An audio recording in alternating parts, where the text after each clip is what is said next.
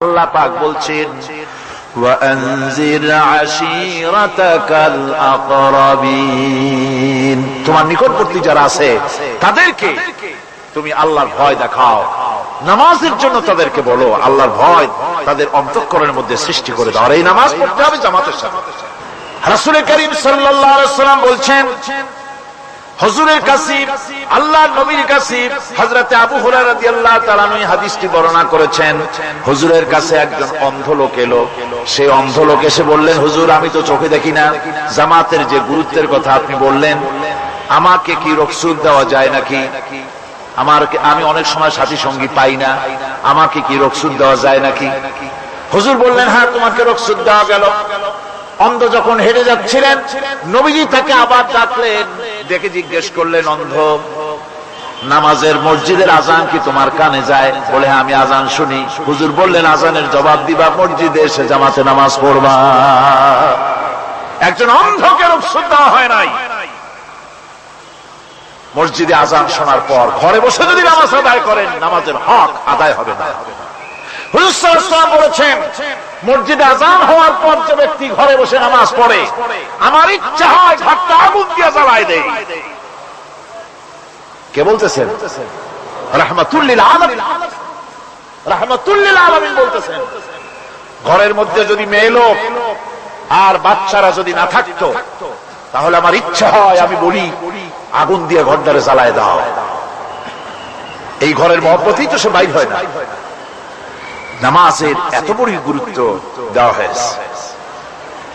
আমার বন্ধুগণ, এই নামাজের জামাতি আল্লাহর নবী জীবনের শেষ নামাজ জামাতে আদায় করেছেন। জীবনের শেষ নামাজটাও জামাতে আদায় করলেন। তখন তার এমন অবস্থা, এত অসুস্থ, দাঁড়াতে পারেন না, হাঁটতে পারেন না। দুইজন সাহাবীর কাঁধের উপরে ভর করে তারপরে বহু কষ্ট করে মসজিদে গিয়ে নামাজ আদায় করেছেন। খুতবা দিয়েছেন।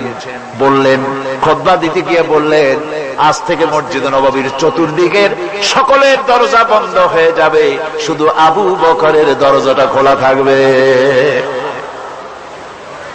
আল্লাহ নবী বললেন, আল্লাহ রাব্বুল আলামিন এই পৃথিবীতে তার এক বান্দাকে জাগতিক সব সম্পদ দিতে চেয়েছিলেন, কিন্তু সে বান্দা সব জাগতিক সম্পদকে উপেক্ষা করে মাবুদের সঙ্গে দেখা করা বেশি জরুরি, বেশি পছন্দ মনে করেছেন। এতটুকুন কথা নবীজি বললেন, কেউ কিছু বুঝতো না। হযরতে আবু বকর রাদিয়াল্লাহু তাআলা আনহু হুজুরের এই কথা শুনে কাঁদতে কাঁদতে তিনি অস্থির হয়ে যাচ্ছেন। সাহাবীরা চিন্তা করলেন, হুজুর কান্না কার কথা বলেছেন, তাতে কান্নার কি আছে? বয়োবৃদ্ধ জ্ঞানবৃদ্ধ হযরতে আবু বকর রাদিয়াল্লাহু তাআলা আনহু বুঝতে পেরেছেন, এই পৃথিবীর সব সম্পদ তো আল্লাহ হুজুরকেই দিতে চেয়েছিলেন।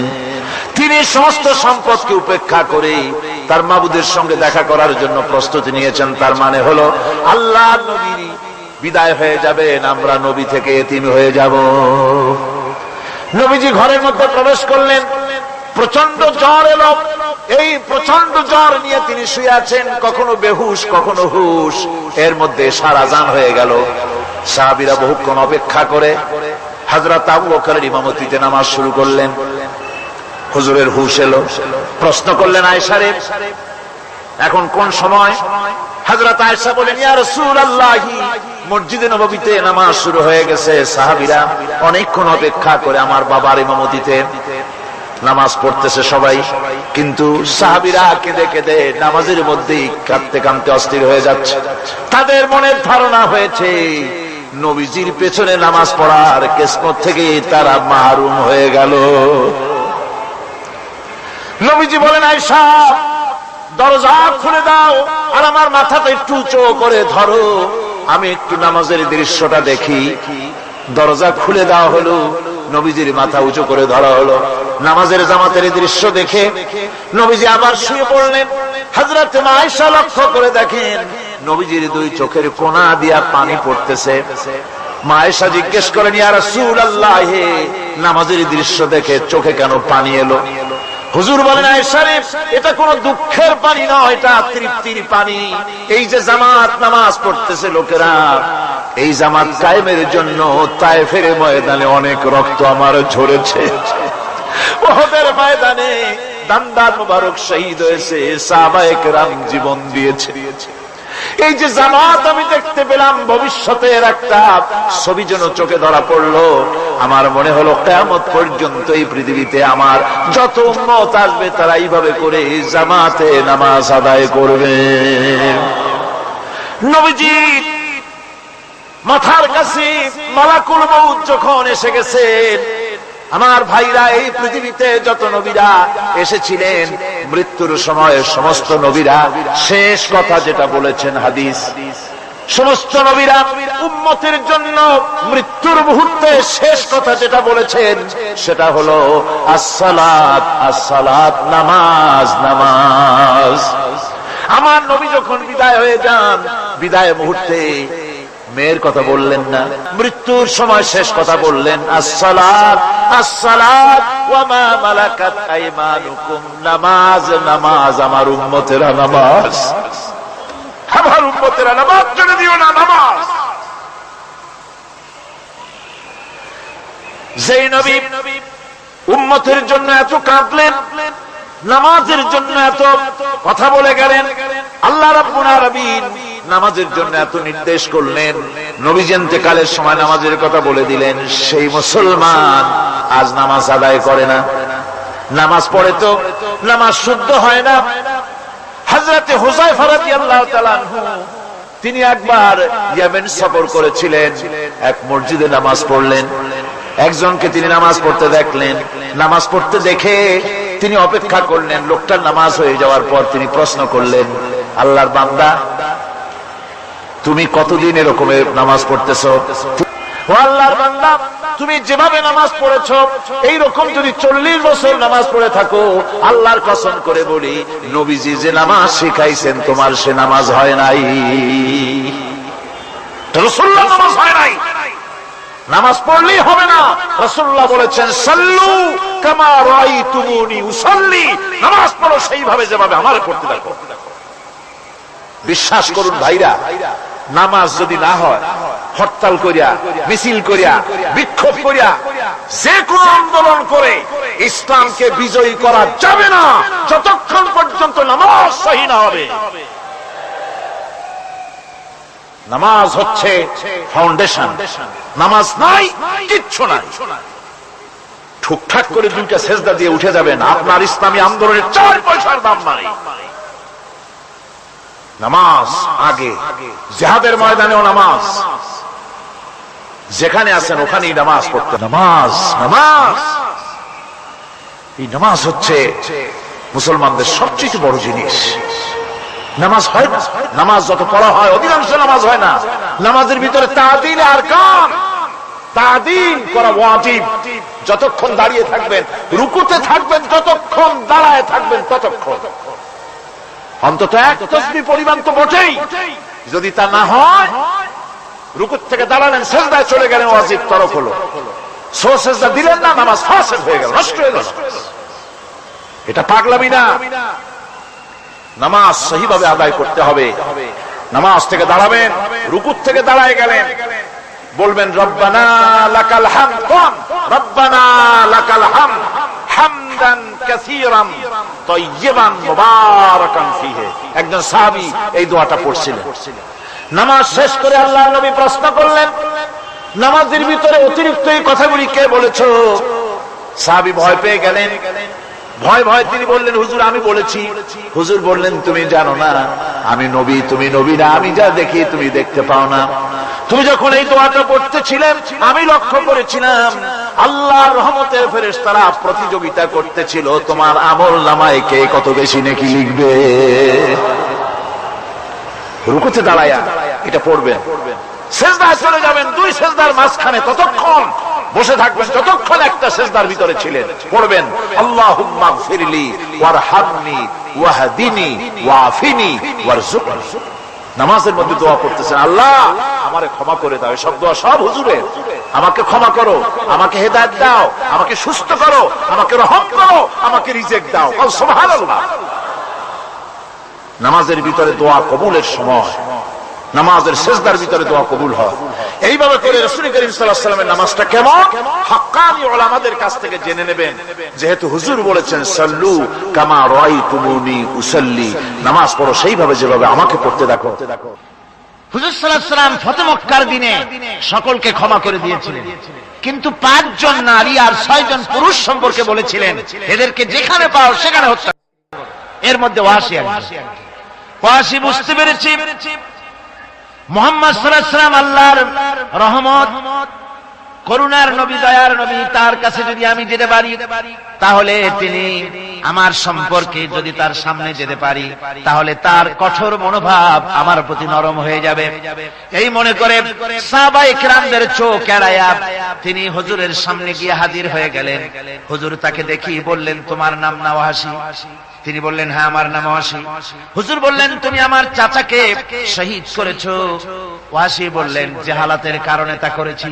হুজুর বললেন, কেমনে শহীদ করেছো আমার চাচাকে, আমার একটু শোনাও। ওয়াসি বলতে লাগলেন, আমি বল্লম দিয়ে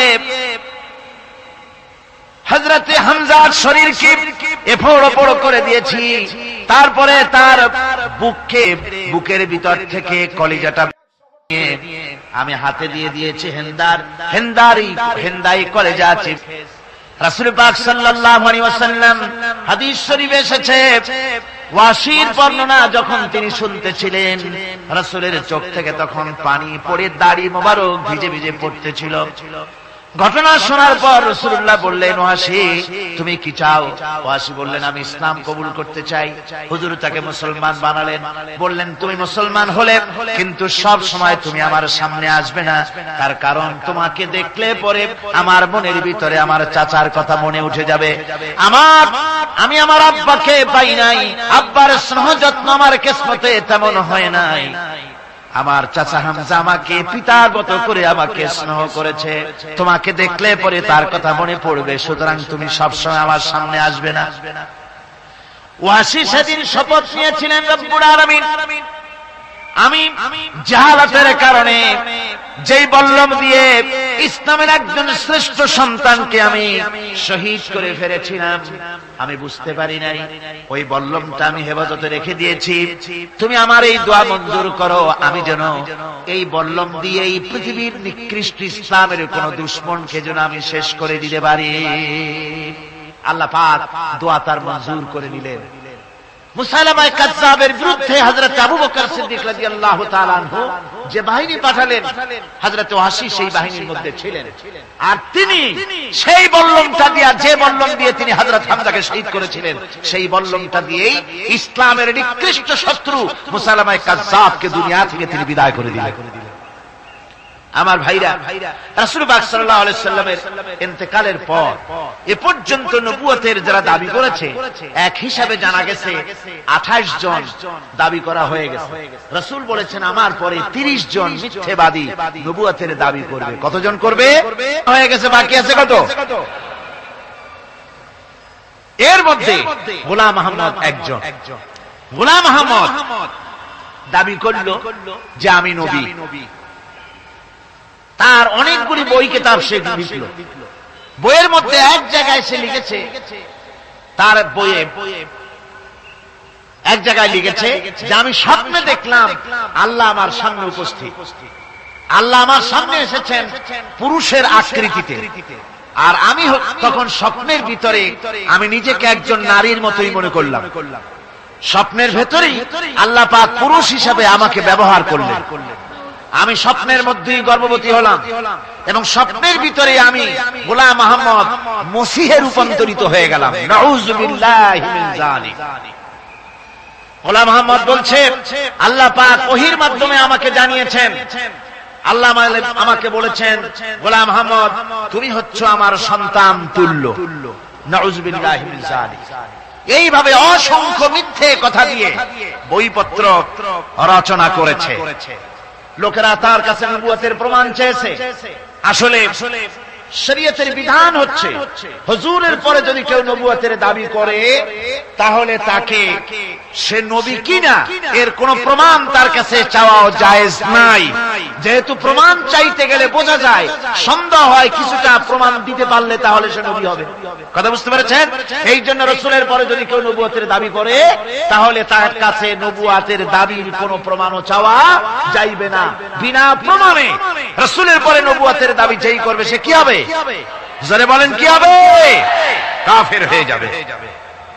দুনিয়ার সমস্ত উলামা, সমস্ত মুহাদ্দিস, সমস্ত মুফাসসির, দুনিয়ার সমস্ত মুফতি সব একমত, কোন দ্বিমত নাই, গোলাম মোহাম্মদ কাদিয়ানী কাফের।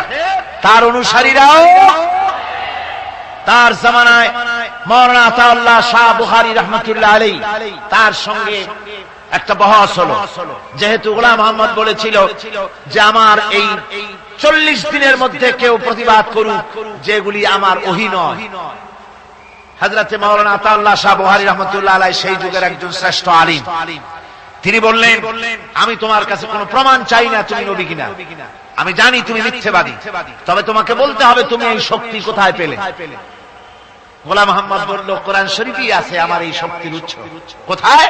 বলল যে এই যে আয়াতটা আমি আপনাদের সামনে তেলাওয়াত করেছি, ঈসা আলাইহিস সালামের ওই কথাই গোলাম মোহাম্মদ বলল যে হযরত ঈসা আমার সম্পর্কে বলেছেন ইয়াতি মিন বাদ ইসমুহু আহমদ, আমার পরে একজন নবী আসবেন, রাসূল আসবেন, তার নাম হবে আহমদ, আমি সেই আহমদ। মাওলানা আতাউল্লাহ বুখারী বলছেন তোমার নাম তো আহমদ না, তোমার নাম হচ্ছে গোলাম আহমদ। তার অর্থ হলো হযরত ঈসা আলাইহিস সালাম যে আহমদের কথা বলেছেন তুমি সেই আহমদের গোলাম। গোলাম আহমদ বললেন দেখুন আমার নামের প্রথম শব্দ গোলাম, এটা হচ্ছে আমার লকব, আমি আমার নামের লকবটা ছেড়ে দিলাম, বাদ দিয়ে দিলাম, আর ব্যবহার করব না। তাহলে তো আমি আহমদ থাকি, আপনি তো আর আপত্তি করতে পারেন না। মাওলানা বুখারী বললেন নামের প্রথম শব্দ বাদ দেওয়া যদি জায়েজ হয় তাহলে তোমার ফতোয়া দিয়ে আমার নামের প্রথম শব্দ বাদ দিয়ে দিলাম। আমার নাম আতা আল্লাহ, নামের প্রথম শব্দ আতা বাদ দিয়ে দিলাম। তো আতা যদি বাদ দেই তাহলে আল্লাহ হই, আর আল্লাহ হয়ে বলছি তোমার মতো গাধাকে নবুয়ত আমি দেই নাই। এরপর এই পৃথিবীর নিকৃষ্ট পাপী এই কাফেরের মউত হলো কোথায়? জোরে বলেন এই কাফেরের মউত হলো কোথায়? পায়খানার ভেতরে মউত হয়েছে। কিয়ামতের দিন 50,000 বছর মানুষেরা হাসরের ময়দানে দাঁড়িয়ে থাকবে। 50,000 বছর বিচারের দিনটা লম্বা হবে 50 আলফা সানা মিম্মা তাউদ্দুন। এই পৃথিবীতে তোমাদের গণনা মতে 50,000 বছর যত বড় লম্বা, কিয়ামতের বিচারের দিনটা হবে অত বড় লম্বা। মানুষেরা হয়রান হয়ে যাবে, মানুষের মাথার চান্দি, গুনাহগারের মাথার চান্দি ফেটে গিয়া মগজগুলি গলে গলে পড়তে লাগবে, জিহ্বাটা ঝুলে কুকুরের মতো নাভিস্থল পর্যন্ত পড়ে যাবে। সারা ময়দানে পানি পানি বলে চিৎকার হতে লাগবে। মানুষেরা বিভীষিকাময় দৃশ্য দেখে হয়রান হয়ে যাবে, ভয়ের চোটে কলিজা গলার কাছে চলে আসবে, কোনো উপায় নাই। মানুষেরা হয়রান হয়ে গিয়ে হযরত আদম আলাইহিস সালামের কাছে যাবেন, আল্লাহর কাছে একটু সুপারিশ করেন আমাদের বিচার হয়ে যাক।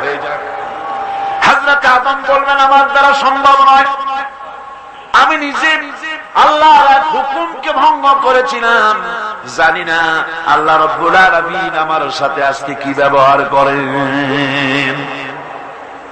মিয়া সাহেব মাথা খাটা, বুদ্ধি খাটা, চিন্তা করেন আকল দিয়ে, বিবেক দিয়ে। আবাল বাশার আদম আলাইহিস সালাম আল্লাহর দরবারে কথা বলতে সাহস পাবেন না। বলবেন নূহের কাছে যাও,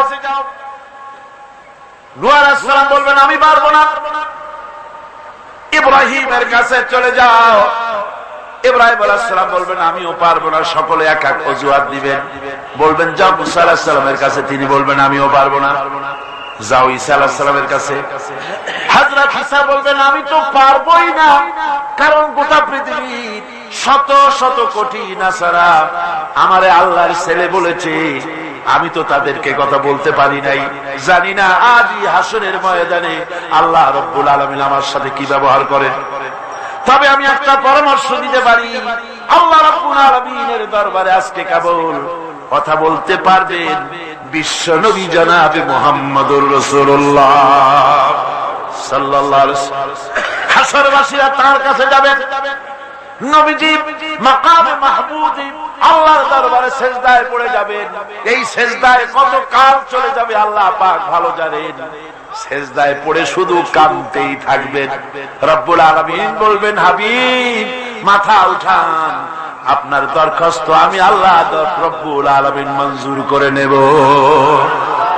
সুবহানাল্লাহ ওয়া বিহামদিহি।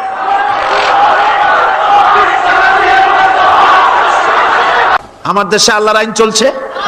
আমাদের দেশের কল কারখানা, ক্ষেত খামার, অফিস আদালত আল্লাহর আইন অনুযায়ী চলে? চলে না।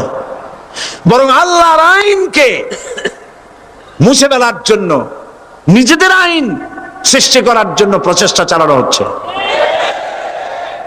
আল্লাহর আইন মানুষের জন্য সব থেকে বেশি উপযোগী, কারণ সৃষ্টি করেছেন কে? বলেন, কে করেছেন? আল্লাহ। প্রত্যেকটি মেশিন আপনি যা কিনবেন, রেডিও হোক, টিভি হোক, যে কোনো যন্ত্র হোক, গাড়ি হোক, তার সাথে একটা লিটারেচার, একটা বই তার সঙ্গে দিয়ে দেওয়া হয়। ওই বইয়ের মধ্যে লেখা থাকে এটা কিভাবে চালানো হবে, অপারেট করা হবে, তার সিস্টেম লেখা থাকে। আপনার ইচ্ছা মতো চালাইলে হবে না। এই মানব গোষ্ঠীকে সৃষ্টি করেছেন। এখন আপনি যদি আপনার আইন মতো চালান, তা কি চলবে? চলবে না। আপনি আপনার আইন মতো চালাচ্ছেন, ভালোভাবে চলতেছে? চলতেছে না। স্বরাষ্ট্রমন্ত্রী বলতেছেন সন্ত্রাসীদেরকে মাটির তলা থেকে খুঁজে বের করা হবে, কিন্তু নাকের উপর দিয়া ব্রিফকেস চুরি হয়ে যায়, উনি তা ধরতে পারেন না। এই হলো আইন। অনাবরত খুন হচ্ছে, অনাবরত সন্ত্রাসী তৎপরতা চলছে, আর ওনারা বলছেন আগের থেকে এগুলি চলে আসছে, একজনের খুনের বিচার না হইলে এরকম খুন তো হইতেই থাকবে। তাহলে খুনকে, হত্যাকে, সন্ত্রাসকে সরকার জাস্টিফাইড করছেন। নাউযুবিল্লাহি মিন যালিক। এই জন্য আইন হতে হবে আল্লাহর। আইন হতে হবে কার? চিল্লায় বলেন, আল্লাহ পাকের আইন হতে হবে।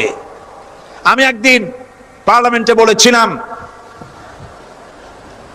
আমার দেশের নেতা নেত্রীরা বারবার হজ করতে যান, উমরা করতে যান, সেখান থেকে আসার সময় কি আনেন?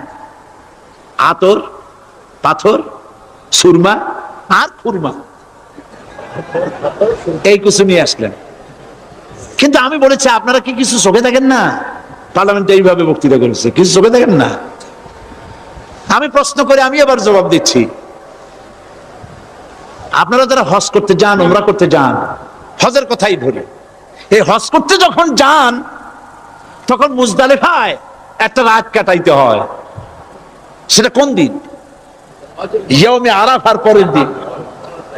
এই মাঠে দালান কোঠা আছে, এখানে বেড়া আছে, শামিয়ানা আছে, পর্দা আছে, তাবু আছে, কিচ্ছু নাই।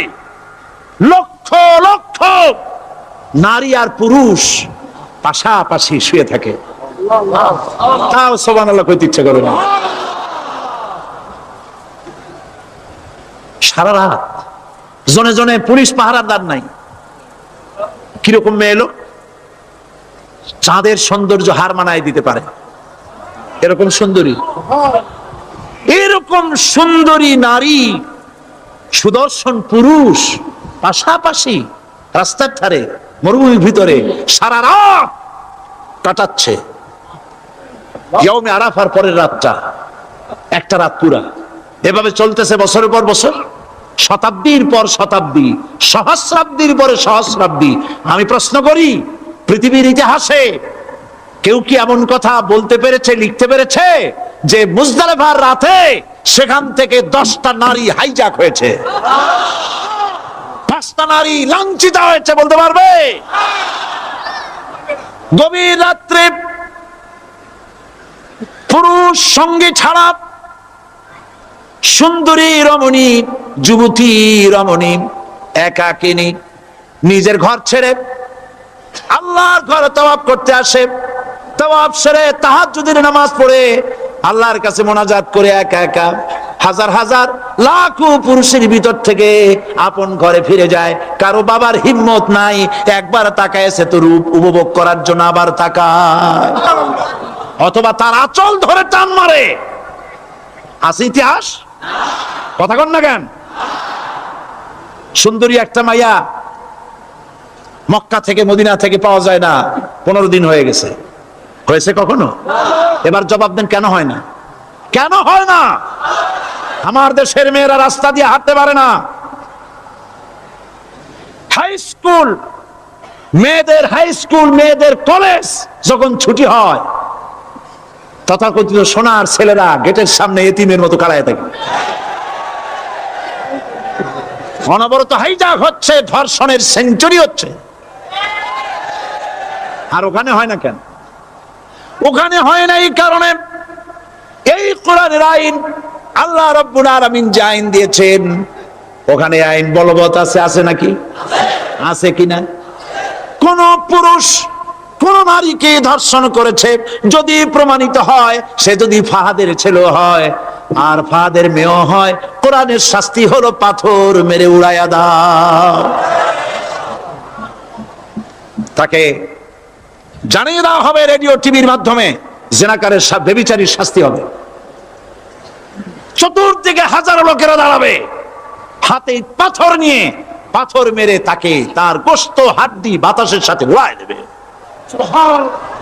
একজন মানুষ আর একজন মানুষকে খুন করলো, এই আসামি ধরা পড়ে গেল, কোরআনের শাস্তি হলো যখন ধরা পড়বে প্রমাণিত হবে, যেমন ভাবে হত্যা করেছে পরেও হত্যা করো। এই দৃশ্য, এই আইন যদি বাংলাদেশে যদি এই আইন চালু হয়ে যেত, খুনের আসামি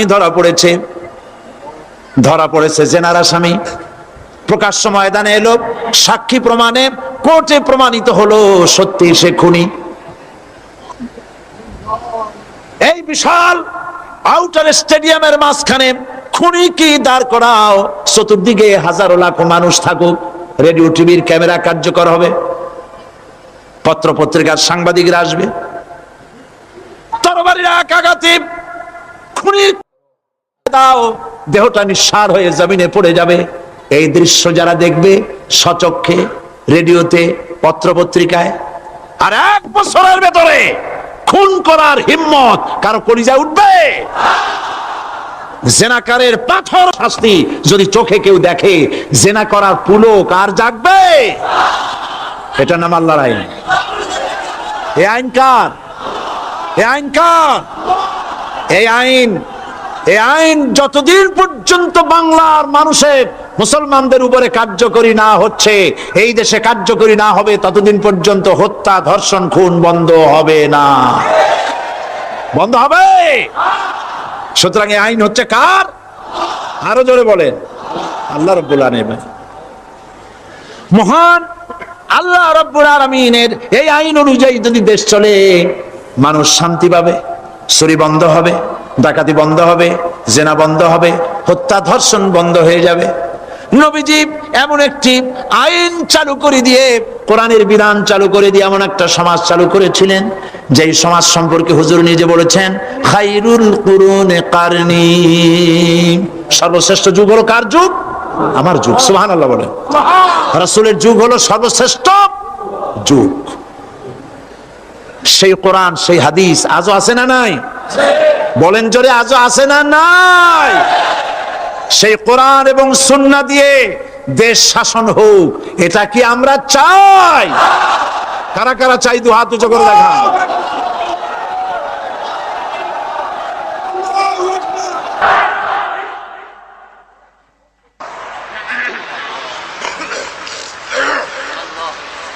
রব্বানা যালামনা আনফুসানা ওয়া ইন লাম তাগফির লানা ওয়া তারহামনা লানাকুনান্না মিনাল খাসিরিন। সবাই পড়েন আমার সাথে, রব্বানা যালামনা আনফুসানা ওয়া ইন লাম তাগফির লানা ওয়া তারহামনা লানাকুনান্না মিনাল খাসিরিন।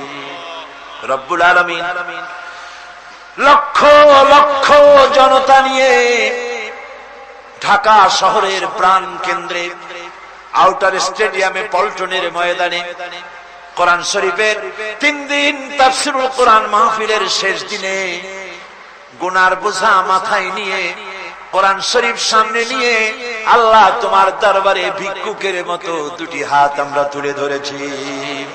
রব্বুল আলামিন এই 3 দিন আমরা যারা কথা বলেছি, আমরা মানুষ, কথার মধ্যে যদি কোনো ভুল ত্রুটি হয়ে থাকে আল্লাহ দয়া করে আমাদের ভুল ত্রুটি মাফ করে দিয়ে পূর্ণ সওয়াব এনায়েত ফরমাও।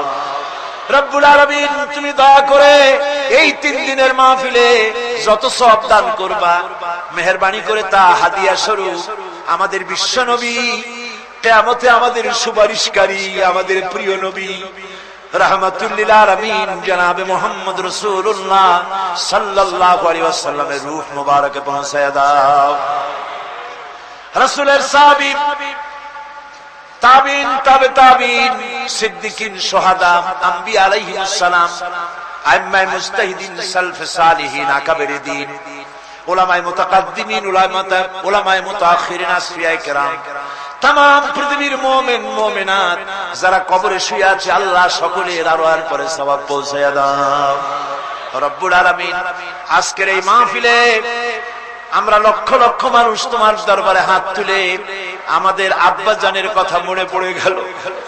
আমরা যারা আমাদের বাপ হারাইছি, আমাদের মামুনদের মধ্য থেকে, ভাইদের মধ্য থেকে আমরা যারা বাপ হারাইছি, আল্লাহ তুমি দয়া করে আমাদের বাপজানের কবরটাকে জান্নাতের টুকরা বানাইয়া দিও। আয় আল্লাহ তাআলা আমাদেরকে বড় করার জন্য, মানুষ করার জন্য কত স্বপ্ন দেখতো, কত কষ্ট করতো। ওই বাপজান চলে গেল, আর তো কেউ নাম ধরে ডাকে না, আর তো কেউ মাথায় পিঠে হাত বুলায় না। আল্লাহ বাপজান যার বিদায় হয়ে গেল, বাবুদকে কবরটাকে জান্নাতের টুকরা বানাইয়া দাও। আয় আল্লাহ তাআলা আমাদের জনম দুঃখিনী মা, একটা অক্ষর মা, আর মনে হয় যেন তামাম পৃথিবীর সমস্ত মধু এই একটা অক্ষরের মধ্যেই তুমি দিয়ে দিয়েছো। 10টা মাস ধরে মায়ের পেটের ভিতরে বসে মাকে কষ্ট দিয়েছি। মায়ের পেটের ভিতরে হাঁটু দিয়া, মাথা দিয়া, পাও দিয়া গুতাগুতি করে মাকে কষ্ট দিয়েছি পেটের ভিতরে থেকে।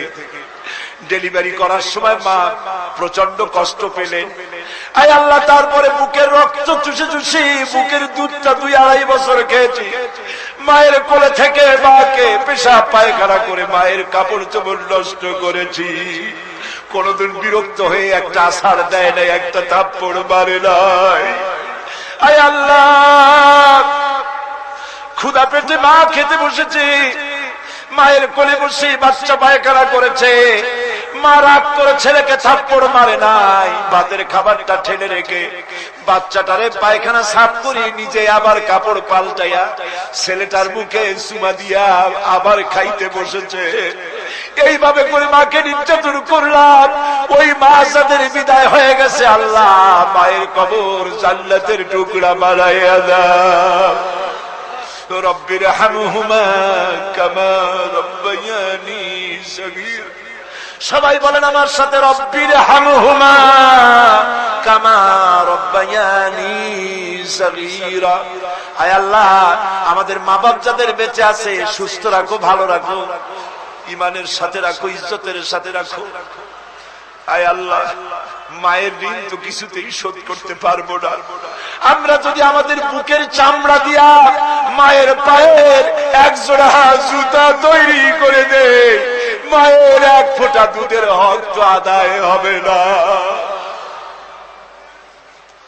আল্লাহ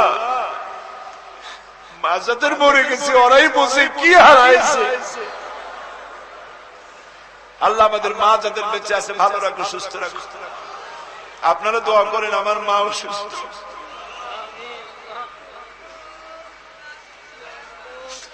আল্লাহ মাকে সুস্থ করে দাও। ربنا تقبل منا إنك أنت السميع العليم وتب علينا إنك أنت التواب الرحيم سبحان ربك رب العزة عما يصفون وسلام على المرسلين الحمد لله رب العالمين واجعل آخر كلمة عند الموت لا إله إلا الله محمد رسول الله السلام عليكم ورحمة الله